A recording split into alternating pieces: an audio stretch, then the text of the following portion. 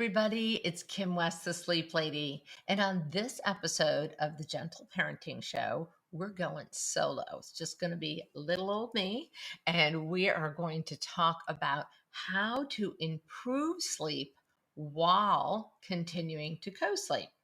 I know not a lot of people talk about this, but I think it's important to because research has shown us that over 60% of parents co sleep at some point in the first year of their child's life. And I know from having helped families for over 20 years that there's even a whole bunch of other parents who are doing it after year one and want to do it, but would like to get a little bit more sleep. So, I want to talk about that because you parents need a support in doing that. So I just want to say, as a complete disclaimer, that I'm leaving it up to you to do your due diligence to make sure that you are safely co-sleeping. Okay. So, there's plenty of research out there. Hopefully, if you have come in to listen to this podcast, you are already safely co sleeping and you just want to have some tips on how to improve sleep. So that's obviously essential. The other thing to think about is, and I want to use in this episode the example of a 10-month-old, of a family that comes to me that is a 10-month-old. They like co-sleeping, they want to continue, but they no longer want to go to bed as early as they think their baby needs to go to bed because, it worked out fine when the baby was really young and had a later bedtime, but now they're noticing their 10-month-old needs to go to bed earlier and earlier. And they don't want to go to bed at 7 o'clock. And they don't want to lay down and take 2 naps a day anymore. That was all great when they were newborns or, little babes, but not anymore. And so those are the families I want to talk to in this episode. So first we said safety.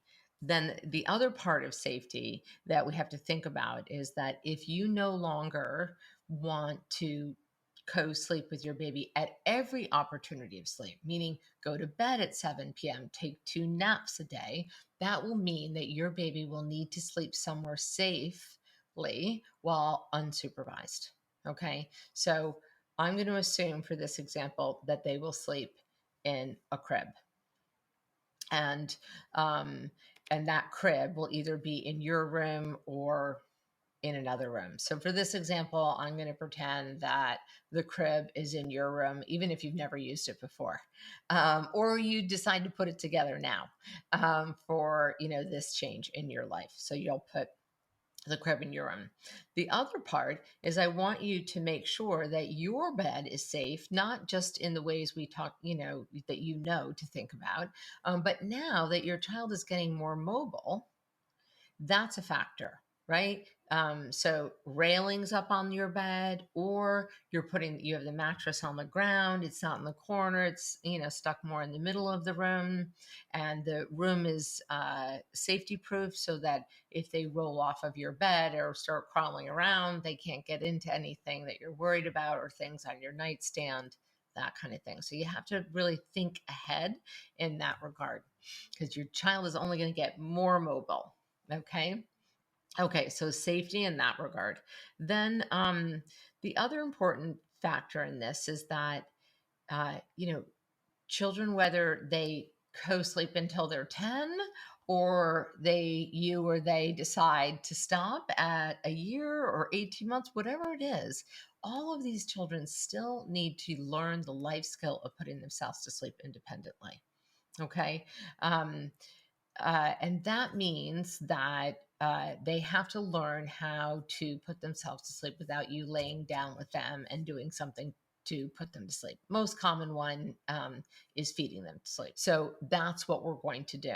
And the thing that's great about doing this now, and even partially co-sleeping part of the night and having them sleep independently, is that if and when they want to sleep independently from you, or you are ready for them to transfer and sleep more independently, they will have that skill to build upon, right? Which will make it so much easier.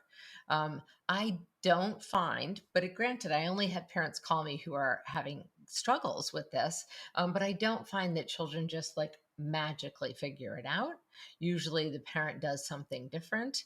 And I have had children sleeping with their parents for years, 12, 16, because they don't know how to put themselves to sleep. It is rare to go into adolescence, but it definitely happens, and also is culturally based too. Okay, so for this example, we're again going to use a 10-month-old who the parents have noticed that their baby needs to go to bed closer to 7:30. They're taking 2 naps a day. The parents don't want to go to bed at 7:30, and the parents don't want to nap twice a day. Okay, so you can start in two places. You can start with just the naps, or you can start at night and then after a few nights work on naps. So if how you're going to decide. So if your nap, like let's say you can put your baby to sleep in another way for naps, like stroller, carrier, all those things tend to work really well. You are even able to rock them to sleep and put them into a pack and play or a crib. Well, great, then go ahead and do that. If you're not up for it, it's completely fine. I've also had families who say, I can't handle naps, Kim. Let's say, mom says, I'm at home with the baby. I can't handle the crying, but my partner will deal with nights and bedtime, and I'll just co-sleep with them for the naps. Okay, I would do that as long as it's working and you can get that enough naps in for your 10-month-old. If you said, no, I want to start with naps and I'm okay with doing some nap coaching, you can do one of two things here. You can either just start with the morning nap and nap coach them according to my book, Good Night Sleep Tight, or you can nap coach for both of them. So morning nap only nap coaching and co-sleep with them in the afternoon, or nap coach for both with both of them in the crib, both naps that is, in the crib. The other place to start is at bedtime. You would have, so let's say you normally laid down with your baby and fed them to sleep, and now you're like, I want to stay up longer and not go to bed at 7:30. But again, I want to still co-sleep the rest of the night. So then you'd have your soothing bedtime routine. Again, if you used to nurse them to sleep and lay down with them, I would now have my bedtime routine sitting upright with the light on, feeding, look at a little book, kisses, and then into the crib. Be great if you could fit in a chair or a stool and do the shuffle at bedtime with your baby in your crib. If the room is small, you can put the crib right up next to your bed and reassure them that way. You can even start with lying down on your bed and soothing them through the railings of the crib. Either way, they're going into their bed or their crib, excuse me, drowsy but awake, and you're sleep coaching and you're staying there until they're asleep. Again, follow all the rules of the Sleep Lady Shuffle of sitting next to the crib. Then they're asleep. You're like, yes. You go out of the room and go about your evening. And now, let's say you go to bed at 11 o'clock and you want to keep one feeding for your 10-month-old. You have one of two options. When you go to bed at 11 o'clock, you can scoop them up, dream feed them, or scoop them up if they wake enough, feed them there, or you can come in, go to bed, first time they wake up after you're in bed, whatever time that is, let's say midnight, scoop them up, bring them in to your bed, nurse them, and co-sleep the rest of the night. If they were to wake up from bedtime before your bedtime and you're not ready to start the evening co-sleeping, then you would coach them back to sleep. Okay, so that's how, and I know I'm making that sound easy, but it's really doable. In about 7 to 10 nights, things should get much better, and the bedtime gets much better even sooner than that. Like 3 to 4 nights, it should, your baby will start to go to sleep faster and less crying. A couple other little rules or tips. So co-sleeping throughout the night, and then your baby wakes up at 6 o'clock. By the way, 6 to 7:30, most common window for a baby to wake to start their day. I consider anything before 6 still the nighttime. It's pretty dark out too. So let's say, your baby is up at 6 o'clock, and you're like, okay, well, I guess we're waking up. I would not just nurse them to sleep or bottle feed them in your bed with all the lights off, right? Because the likelihood of you all falling back to sleep is high. And then I don't want to confuse the baby. Like, okay, so what is that? Like a feeding during the middle of the night? Or are we starting our day? Are we not? Not to mention it throws off the schedule. So you really, ideally, once you say, oh, after awakening after 6 a.m., we're starting the day, you turn on the lights, open the shade. If you want to stay and feed in the bedroom, I would ideally try to do it sitting upright. If you notice that even then your baby tends to fall asleep, I'd go out into the living room, or whatever the other area of the house is, and turn on the lights and start your day. Okay, which means then breakfast, and then you move towards the morning nap. The next possibility would be, or the next topic to discuss in this is, Kim, I'm co sleeping with my baby. I really love it. I want to continue to. I want to keep one feeding, but my 10-month-old is also feeding like 4 other times during the night. And what do I do? It's just sort of a free for all. And, or, we have multiple bottles lined up on the nightstand, and give the baby the bottles. So you've obviously checked with your pediatrician, you've gotten the green light, they're eating well during the day, you feel comfortable, important that you and your heart feel comfortable with this, that we're going to get it down to one feeding. So again, couple of options. If, let's say, we're keeping that one feeding at 11 p.m. ish, right, when you come to bed, and then after that, you're like, you know what, I have to get rid of these 3 other feedings, and they take a significant amount, either 5-10 minutes of nursing or multiple ounces in a bottle. You can taper it down at each feeding. If one night it was 6 ounces, give them 4 ounces, then 3 ounces, 2 ounces, done, right? And nursing, if, oh, I nurse 10 minutes and then 5 minutes, 3 minutes, done, that kind of thing, or whatever you feel comfortable with. You do have to keep track of it, which is harder, and some parents just feel like, I can't, it's too much, with the nursing and tapering down. Then that might not be the best method.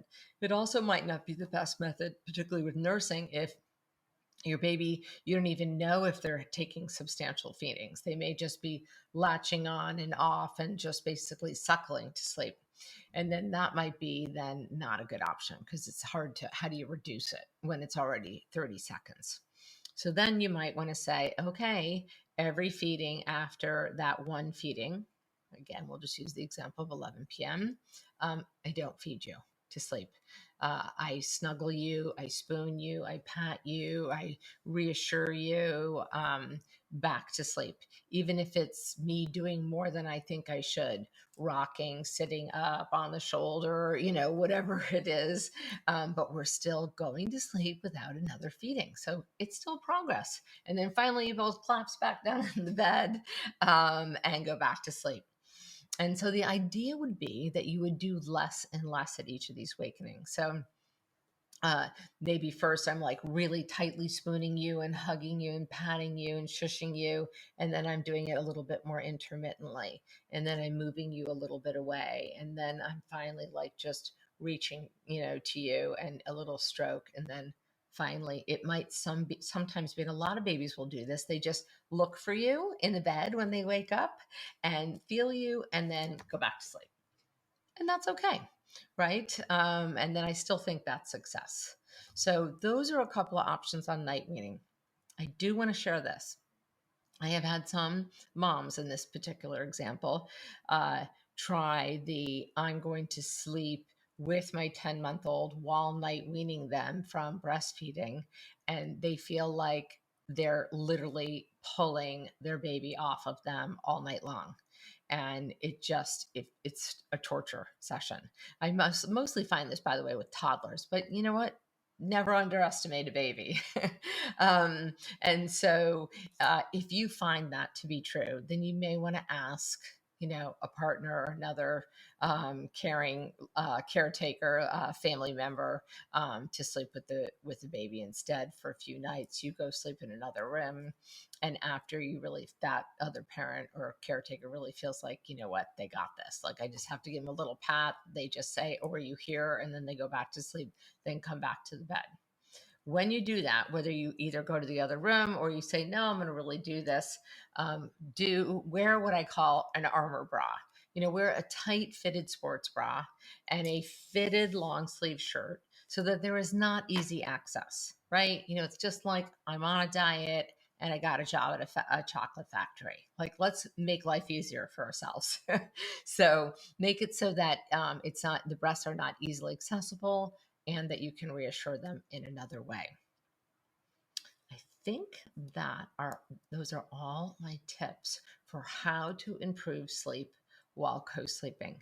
I know I can't go over in this episode every possibility of what could happen, but I'm happy to hear any further questions you have.